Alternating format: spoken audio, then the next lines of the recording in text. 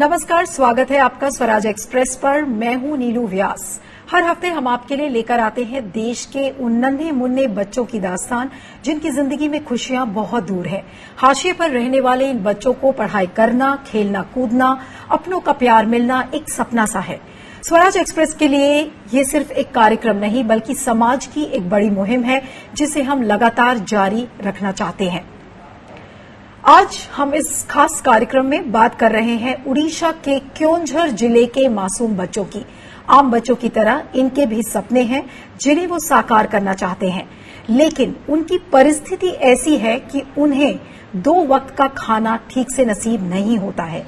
ये बच्चे भी पढ़ लिख कर कुछ करना चाहते हैं, लेकिन आदिवासी इलाके के इन बच्चों को मूलभूत सुविधाएं नहीं मिल रही हैं। आइए देखते हैं इस रिपोर्ट में क्या कारण है।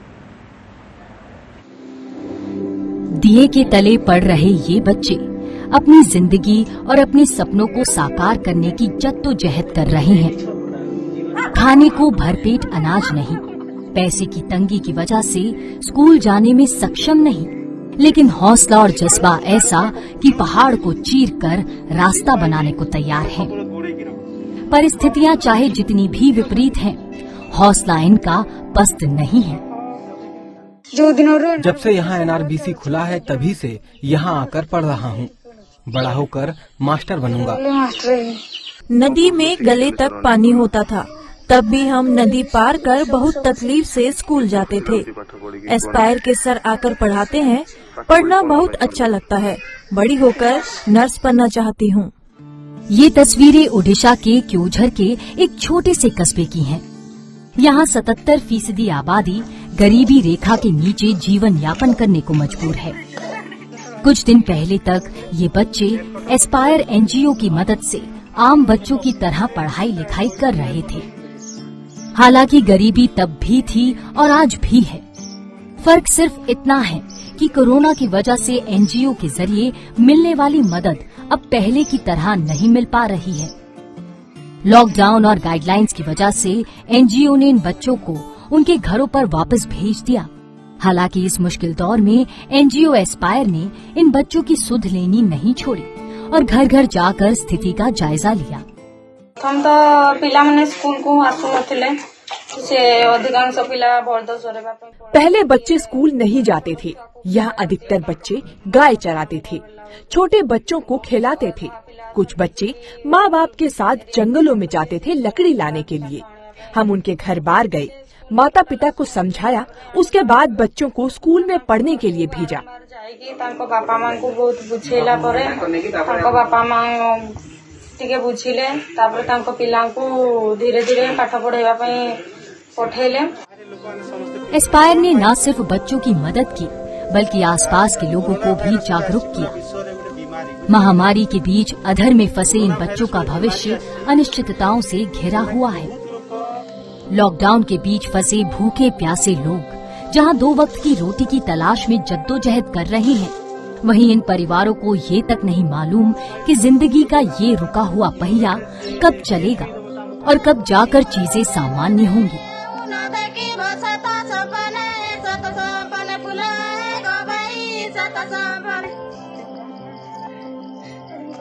ऐसे में बड़ों के साथ साथ इन नन्हे मुन्ने बच्चों का भविष्य भी अनिश्चितता और दुविधा से भरा हुआ है।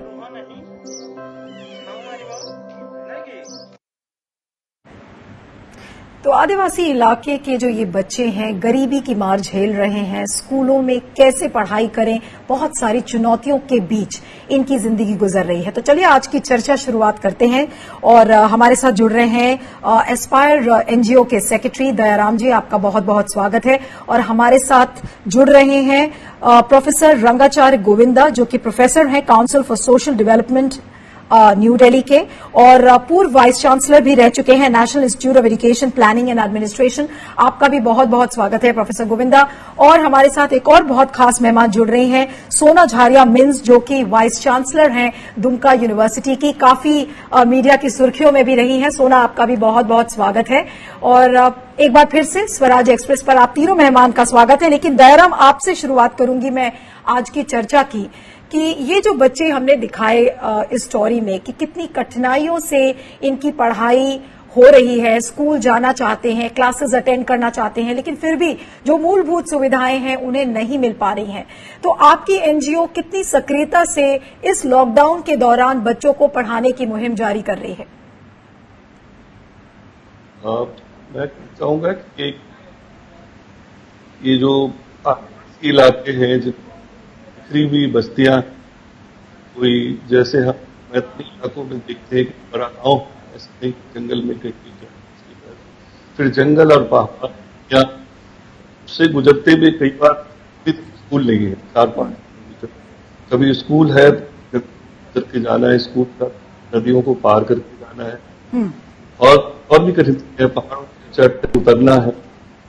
तो हम लोगों ने जब ये काम यहाँ शुरू किया, सर्वे किया, तो देखा कि बहुत ऐसे हैबिटेशंस हैं जहाँ बच्चों के लिए स्कूल का इजी एक्सेस नहीं है जी। वहाँ हम नॉन रेजिडेंशियल ब्रिज कोर्स शुरू किया। ये बच्चे जिनसे आप देख रहे हैं, ये वहाँ जहाँ भी 15-20 बच्चे थे और उनके लिए स्कूल की सुविधा नहीं थी, तो हमने वहाँ नॉन रेजिडेंशियल ब्रिज कोर्स किया और ये बच्चे वहाँ पढ़ रहे थे। लॉकडाउन के बाद जब सरकार ने निर्णय किया कि सारे स्कूल बंद करने हैं, बच्चों को एक साथ नहीं होना, तो ये बच्चे फिर अपने घरों में पढ़ रहे हैं और उनको ही मदद कर रहे हैं।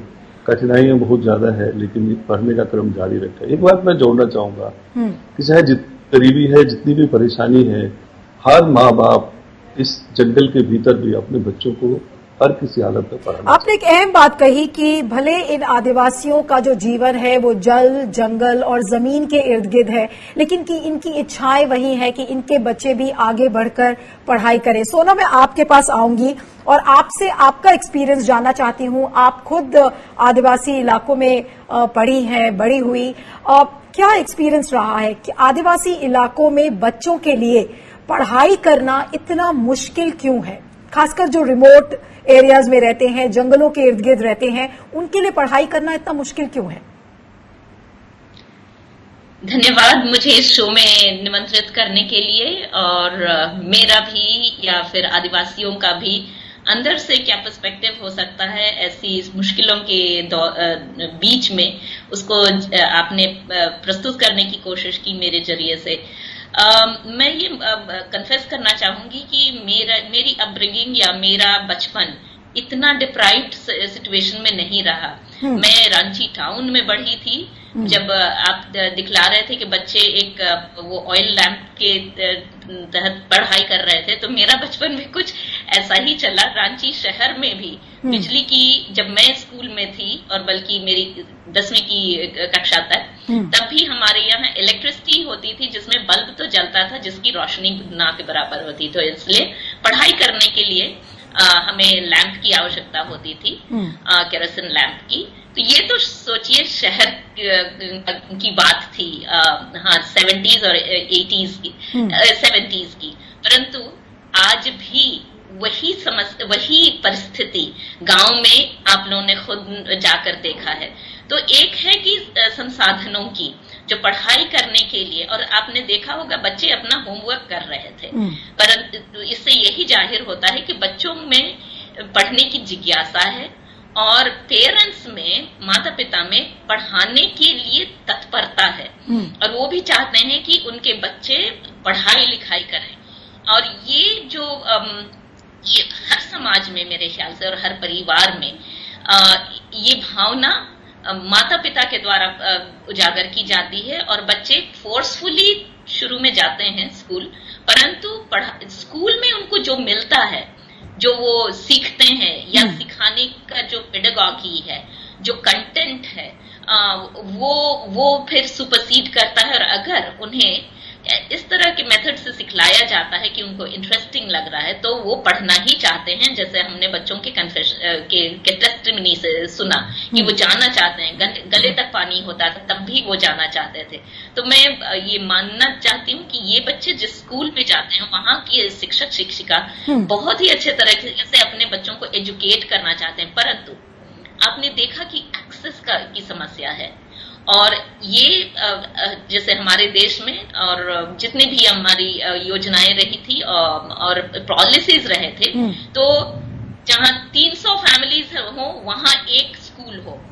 अब आपने देखा जो हैमलेट दिखाया गया उसमें तो 100 भी नहीं, और मुझे लगता है 50 परिवार भी नहीं है। तो इस तरह से आदिवासियों का जीवन या उनके बसने की जगह ऐसी दुर्गम रही है, पता नहीं इसका ओरिजिनल कारण क्या है, पर वो बहुत ही दुर्गम जगहों में बहुत ही जो प्राकृतिक विषमता की जगह होती है, वैसी जगह में बहुत आराम से जिंदगी जीने की कोशिश करते हैं। आप देख रहे हैं कि पानी लाने के लिए शायद थोड़ी काफी दूर से ला रहे हैं। आपने सोना ठीक कहा, आपने जो कहा कि एक पढ़ने की और पढ़ाने की जो ललक है वो पेरेंट्स में भी है, बच्चों में भी है।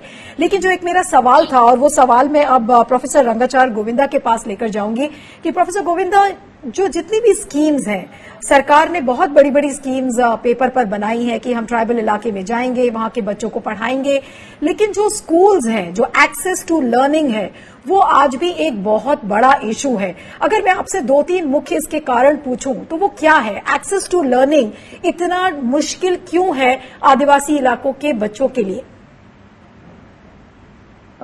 सबसे पहले तो मैं आस्पेर संस्था को धन्यवाद देना चाहता हूँ। इतनी कठिन संकट की परिस्थिति में भी इनके कार्यकर्ता सब जगह जाके बच्चों का शिक्षा के लिए काम कर रहे हैं जी। और आपके सवाल के बारे में, तो ये एक हमारा देश की विडंबना है कि 30-40 साल पहले हमें कह रहे थे कि माँ बाप को पता नहीं है, शिक्षा की वैल्यू नहीं है, अवेयरनेस नहीं है, इसलिए बच्चों को बेचते नहीं है, ऐसा कह रहे थे। लेकिन आज ऐसी परिस्थिति है, सभी माँ बाप, जैसे हमने देखा, इतनी कठिन परिस्थिति में भी अपने बच्चों को शिक्षा देना चाहते हैं, लेकिन सरकार इनका सुविधा नहीं दे रहे हैं। ये बड़ी विडंबना है हमारा नीति की। और हम बड़े बड़े नीति तो बनाया है हमने, आरटीए में लिखा है कि किसी को, ये तो फंडामेंटल राइट लिखा है आरटीए बना के, लेकिन बच्चों को ये ऐसे सिर्फ ऐसे छोटे छोटे जगह सिर्फ हमारे देश की नहीं है, सभी देशों में होती है। विकसित देशों में भी छोटे से हैबिटेशंस तो होती ही है, लेकिन वहां क्या करते हैं कि जब छोटे हैबिटेशन होती है, वहां शिक्षा के लिए ज्यादा सुविधा देते हैं, क्योंकि एक ही टीचर होते हैं और मुश्किल से सभी पढ़ाना पड़ता है, इसलिए इनका एकेडमिक फैसिलिटीज ये सभी तो ज्यादा बढ़ा के देते हैं। लेकिन हमारा देश की ऐसी परिस्थिति है कि जहां बच्चे को ज्यादा जरूरत है वहां देते नहीं है, और सिटीज में तो बहुत सारा अच्छे तरीके से इंक्लूडिंग इंटरनेट सभी कुछ देते हैं। बिल्कुल, ये बहुत very strange situation that we are facing. Indeed it is a very strange situation. Daya, आपके पास एक सवाल लेकर आऊंगी कि जो एक्सेस टू लर्निंग को लेकर है कि वहां पर स्कूल्स नहीं है, अगर स्कूल्स है भी तो वहां पर टीचर्स नहीं आती हैं। मैंने कितनी ऐसी रिपोर्ट्स पढ़ी हैं जहां पर टीचर्स शायद 15 दिन में या 1 महीने में एक बार आते हैं। तो ये जो एक एब्सेंटीज्म नजर आता है, एक एडॉकिज्म नजर आ रहा है पूरे सिस्टम में वहां पे एजुकेशन के, कि अगर ट्राइबल एरिया है तो ठीक है, कुछ भी चलता है, आप कभी भी स्कूल जाओ, कभी भी पढ़ा लो, पेरेंट्स आपको क्वेश्चन नहीं करेंगे क्योंकि वो गरीब हैं, पढ़े लिखे नहीं हैं। तो ये कारण क्या है? ये जो एक एडॉकिज्म नजर आ रहा है, इसका मुख्य कारण क्या है? मैं ये कहूंगा कि टीचर एब्सेंटिज्म पर थोड़ा ज्यादा बात हो रही है, जो वास्तविकता से थोड़ा कम है। जहां भी मैंने देखा है कि पेरेंट्स सक्रिय हैं, सजग हैं, तो वहां टीचर रेगुलर आते हैं, पंचायत सक्रिय है, पंचायतों की भी बहुत सारा जिम्मेदारी है। कई बार टीचर के लिए इन जगहों पर जाना भी बहुत मुश्किल है। Okay. जैसे रहने की जगह नहीं है, खाने की जगह नहीं है, बहुत दूरियों से आते हैं। बट मेरी समझ से टीचर एब्सेंटिज्म जितनी बड़ी समस्या नहीं है, उससे ज्यादा, जैसे डॉक्टर गोविंदा ने कहा, सुविधाओं की बड़ी समस्या है। बिजली नहीं है, रास्ते नहीं है, टीचर को भी नदी से, पहाड़ से गुजरते हुए जाना है, और यदि हर रोज आना है और वहां उसके रहने की व्यवस्था नहीं है, जैसे डॉक्टर गोविंदा ने कहा कि दूसरे देशों में जाके देखें तो रेजिडेंशियल फैसिलिटी है टीचर के लिए ऐसी जगहों पर, जो रिमोट एरियाज हैं, वहां जब स्कूल खोलते हैं तो टीचर्स के लिए रेजिडेंशियल फैसिलिटी बनाते हैं। हमारे यहाँ नहीं है, फिर टीचर पर सिर्फ दोष बढ़ने से मुझे लगता है सही नहीं है। टीचर बहुत सक्रिय होकर काम करते हैं, उनको भी जरूरत है मदद की, और जहां लोग मिलकर काम करते हैं ठीक से काम कर रहे हैं। तो सरकार कितनी सक्रिय है, और एनजीओज की अगर हम सक्रियता का एक कंपैरिजन करें, इसके बाद में ब्रेक में जाऊंगी, एक छोटा सा आपसे जवाब चाहूंगी कि सरकार काम नहीं कर रही है इसलिए एनजीओ सक्रिय हैं, या एनजीओज वॉलंटरीली वहां पर आकर अपना काम कर रही हैं? कारण क्या है अगर हम दोनों का रेशियो देखें तो? मुझे लगता है कि सरकार वर्सेस एनजीओ की स्थिति नहीं है। सरकार पूरी कोशिश के बाद भी जिस तरह की ब्यूरोक्रेसी की कैरेक्टर है, जिस तरह की संरचना है, जिस तरह के मैन पावर है, इतने रिमोट एरियाज में उनके लिए काम करना बहुत सहज नहीं है। जो एनजीओ और सरकार मिलके काम करे तो बेहतर स्थिति होती है। जहां तक हमारा सवाल है एस्पायर का, हम बाकी एनजीओ से, कई एनजीओ से इस मायने में अलग है। हम मानते हैं कि सरकारी व्यवस्था को, पंचायतों को, स्कूल मैनेजमेंट कमेटी को दुरुस्त करना है, ये उनकी जिम्मेदारी है, हमारी जिम्मेदारी नहीं है। हम सिर्फ उनको मदद करते हैं, हम उनको मोटिवेट करते हैं, ट्रेन करते हैं। ये सारे काम की जिम्मेदारी उनकी है, वो करते हैं। तो सरकार के साथ मिलकर एक सिनर्जी की जरूरत है, न कि सरकार के कमजोर होने से। बहुत सारे एनजीओ ये बात करते हैं कि सरकार कमजोर है, करप्ट है। तो मैं ये सवाल पूछता हूं कि फिर आपके जिंदा रहने के लिए सरकार को हमेशा कमजोर रहने की जरूरत है। तो ये पोजीशन ठीक नहीं है। हम मानते हैं सरकारों को सुदृढ़ होना चाहिए। शिक्षा का काम सरकार का काम है, उनको करना चाहिए, और हमारा काम होता है उनको मदद करके मजबूती दे, साथ मिलकर काम। बिल्कुल, एक सिनर्जी की जरूरत है और एनजीओज और सरकार को मिलकर काम करना चाहिए। लेकिन रियलिटी जो ग्राउंड पर है वो यही है कि सरकार की स्कीम्स सिर्फ पेपर पर ही हैं और इम्प्लीमेंटेशन का जहां तक सवाल है, जो आदिवासी इलाके हैं वहां पर एक्चुअली लोगों को फायदा नहीं पहुंच रहा है। तो चलिए एक छोटा सा ब्रेक ले लेते हैं और ब्रेक के उस पार जब आएंगे तो बात करेंगे कि इन आदिवासी इलाकों में और भारत के कई राज्यों में बहुत सारे स्कूल्स बंद क्यों हो रहे हैं। बहुत सारे आदिवासी इलाकों में बच्चों के लिए शिक्षा पाना इतना मुश्किल काम क्यों है, एक्सेस टू लर्निंग इतना डिफिकल्ट क्यों है। बहुत सारे कार्यक्रम सरकार ने चलाए हैं और खासकर अगर नीति आयोग की बात करें तो उनका 7E करके एक प्रोग्राम है जिसके तहत बहुत सारे स्कूलों की रीस्ट्रक्चरिंग की जा रही है। अब रीस्ट्रक्चरिंग के साथ साथ क्या हो रहा है, एक फिगर आपको दिखाती हूं, उसे आप देखिएगा और फिर मैं इसकी चर्चा ब्रेक के बाद अब बढ़ाऊंगी। एक नजर डालते हैं देश भर के कितने स्कूलों को बंद किया गया है। राइट टू एजुकेशन फोरम के आकलन के अनुसार अगर आप देखें तो देश भर में 1,30,000 स्कूल बंद हुए हैं। वहीं दिसंबर में संसद सत्र के दौरान मानव संसाधन मंत्री रमेश पोखरियाल ने एक सवाल का जवाब देते हुए बताया कि नीति आयोग की शिक्षा योजना साथी के तहत मध्य प्रदेश में 35,996 स्कूल, झारखंड में 4,312 स्कूल और उड़ीसा में 1,803 स्कूलों को मर्ज कर दिया गया है, यानी कि इन सारे स्कूल्स का विलय किया गया है। तो इन स्कूलों के विलय का क्या कारण है? क्या ये जो रिस्ट्रक्चरिंग जिसकी मैं बात आपको बता रही हूं कि स्कूलों की रिस्ट्रक्चरिंग होनी चाहिए, एक बहुत पॉजिटिव एजेंडे से सरकार ने इसकी रिस्ट्रक्चरिंग की बात की है, लेकिन इस रिस्ट्रक्चरिंग के दौरान इन आदिवासी इलाकों के जो बच्चे हैं क्या उन्हें सुविधाएं मिल रही हैं? जहां तक शिक्षा का सवाल है, वापस अपने पैनलिस्ट के पास चलते हैं और प्रोफेसर रंगाचार्य गोविंदा के पास मैं आऊंगी कि ये जो रिस्ट्रक्चरिंग की बात हम सर कर रहे हैं और नीति आयोग का जो रिस्ट्रक्चरिंग प्लान है इन कॉन्टेक्स्ट विद द साथी प्रोग्राम, जो ये स्कूलों का विलय किया गया है उसका कारण क्या है? किस मंशा से इन स्कूलों को बंद करने की बात कही गई है? ऐसा है कि जब भी बहुत छोटी स्कूल है और वहाँ सभी सुविधा देने के लिए मुश्किल है, इसके लिए नीति आयोग कहती है कि वहाँ तो नहीं, हर एक स्कूल में हम दे नहीं पाते हैं सभी सुविधाएं, इसलिए बड़े स्कूल बनाएंगे, लोगों को, बच्चों को एक साथ में मिला के हम पढ़ाएंगे।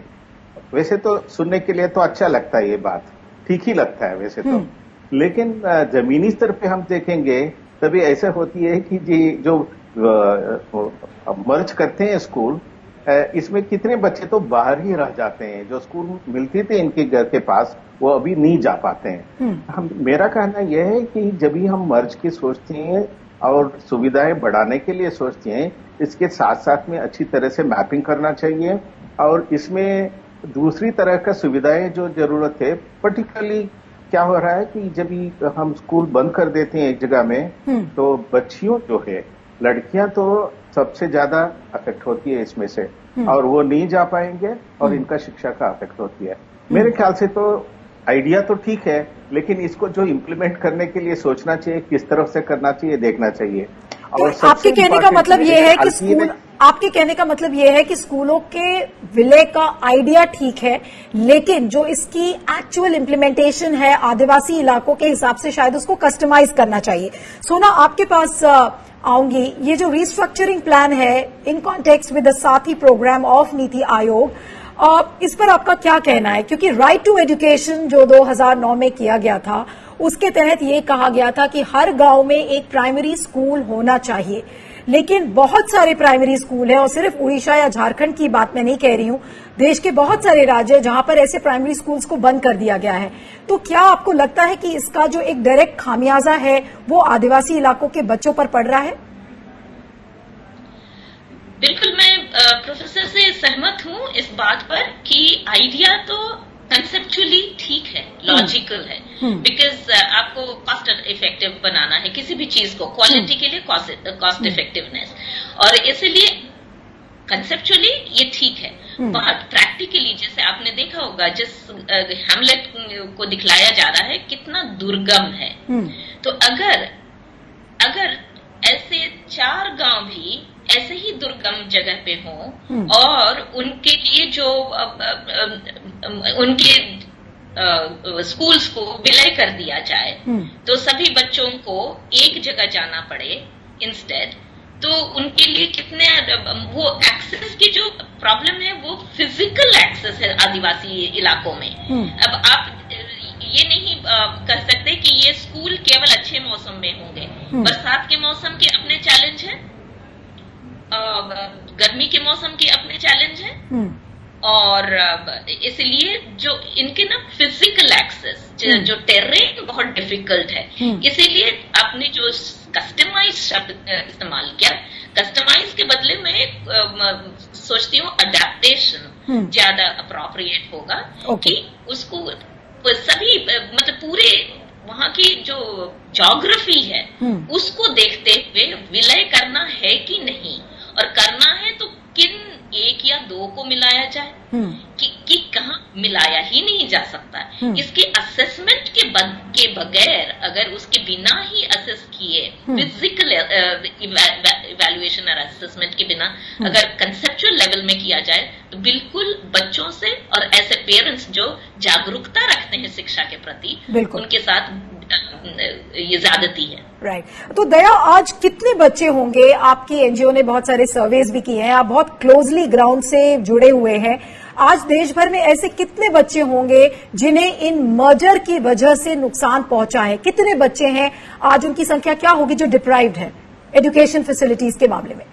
मैं आपसे बताऊं कि जो सर्व शिक्षा अभियान शुरू हुआ था, तो ऐसे हैबिटेशंस की पहचान की गई थी जहां 10 या 15 बच्चे हैं, आदिवासी इलाकों में 15 और बाकी जगह 20, और जहां स्कूल 1 किलोमीटर के दायरे में नहीं तो स्कूल खोले जाए, तो ऐसे करीब 1,82,000 1,82,000 बस्तियों की पहचान हुई थी, और इतने ही स्कूल भी खोले गए थे। इन स्कूल को खोलने में कुछ दिक्कतें रही हैं, वो एक अलग सवाल है, शायद अलग चर्चा का विषय हो।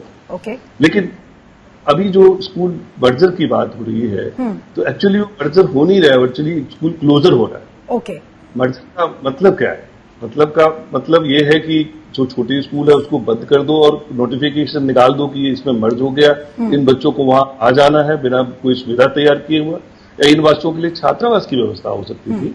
छात्रावास नहीं है। अलग अलग राज्यों में मैंने कहा, यदि उड़ीसा के केवंझर जिले में 84 है, तो झारखंड में एक जिले में 15 छात्रावास। ओके, तो आप कह रहे हैं कि मर्जर नहीं, क्लोजर हुआ है स्कूल्स का। सोना झारिया, आपसे चलते चलते एक आप दोनों से कमेंट लूंगी कि क्या सोल्यूशन होना चाहिए। बहुत ब्रीफली, समय हमारे पास खत्म हो रहा है, एक लाइन में आप लोगों से सोल्यूशन मांगूंगी कि इन आदिवासी इलाकों के लिए, जैसा आपने अडेप्टेशन वर्ड यूज किया और आपने कहा कि कस्टमाइज नहीं, अडेप्टेशन वर्ड यूज करिए, तो एक लाइन में अगर आपको सोल्यूशन देना हो तो आप क्या देंगी? Very quickly. आदिवासी इलाकों के लिए हम पेसा कानून को जानते हैं, जिसके तहत ग्राम सभा को बहुत के पावर्स हैं, परंतु हमने पंचायती राज में वो ग्राम सभा को डिसेबल किया हुआ है, और इन सब निर्णयों को लेने के लिए यदि ग्राम सभा को के निर्णय के आधार पर इन कामों को किया जाए तो ज्यादा इफेक्टिव हो सकता है। ओके, तो ग्राम सभा को एम्पावर किया जाए, उन्हें और ताकत दी जाए कि वो ऐसे निर्णय ले सके। प्रोफेसर गोविंदा, आपका 1 लाइन में अगर सोल्यूशन पूछूं, वेरी ब्रीफली। मैं सहमत हूं इससे। हमें तो कम्युनिटी के साथ मिलकर काम करना चाहिए, और नई तरीके से सोचना चाहिए। सिर्फ स्कूल ही नहीं है, कम्युनिटी बेस्ड लर्निंग सेंटर्स भी कर सकते हैं, इससे तो काम हो सकता है। ओके। तो कम्युनिटी बेस्ड लर्निंग सेंटर्स की जरूरत है। एस्पायर एनजीओ काफी कुछ कर रहा है टाटा स्टील फाउंडेशन की मदद से, बहुत ही मोटिवेटेड एनजीओ है जो कि ये काम कर रहा है, लेकिन बहुत सारी चुनौतियां हैं। और जैसा कि आपने इस पूरे डिस्कशन में सुना कि मोटिवेशन की जरूरत है हर स्तर पर, कि आदिवासी इलाकों में अगर कोई पढ़ाने के लिए या पढ़ने के लिए जाएगा तो किन मुसीबतों का सामना करना पड़ता है। तो वहां का फिजिकल इंफ्रास्ट्रक्चर, फिर ब्यूरोक्रेसी को कैसे इंसेंटिवाइज करे, टीचर्स को कैसे इंसेंटिवाइज करे, वहां पर सहूलियतें कैसे पहुंचाएं, इसको लेकर एक अडेप्टेड प्रोग्राम की जरूरत है। जैसा सोना ने कहा कि कैसे इसे अडेप्ट किया जाए ट्राइबल इलाकों के लिए, शायद उसकी जरूरत बहुत ज्यादा है। आप तीनों मेहमान का बहुत बहुत शुक्रिया। दयाराम, सोना झारिया और प्रोफेसर गोविंदा, आप तीनों का बहुत बहुत शुक्रिया स्वराज एक्सप्रेस पर आने के लिए। आपके स्क्रीन पर एक ईमेल आईडी फ्लैश कर रहा है, उसे जरूर देखिएगा और उस पर अपना फीडबैक दीजिएगा कि आपको इस प्रोग्राम के बारे में क्या कहना है। आपके कमेंट्स और सजेशंस का इंतजार रहेगा। अगले हफ्ते फिर से मुलाकात होगी। नमस्कार।